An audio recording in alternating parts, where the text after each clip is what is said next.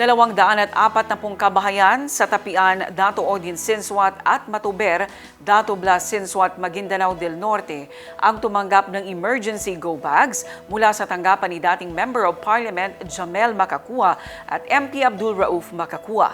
Ang Partners in Peace and Progress story mula kay Marcos Uy.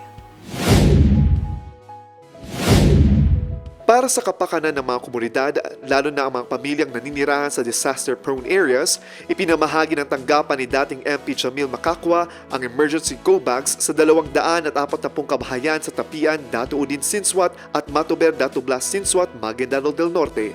Ang pondo ay mula sa Transitional Development Impact Fund or TDIF 2025 ng dating mambabatas na ipinagpapatuloy ng tanggapan ni MP Abdul Rauf Makakwa.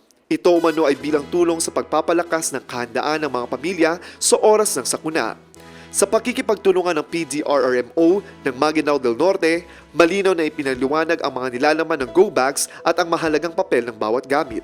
Isinagawa rin ang isang aktwal na demonstrasyon kung paano ito wastong gagamitin sa panahon ng sakuna, isang konkretong hakbang tungo sa mas ligtas, mas handa at mas matatag na komunidad.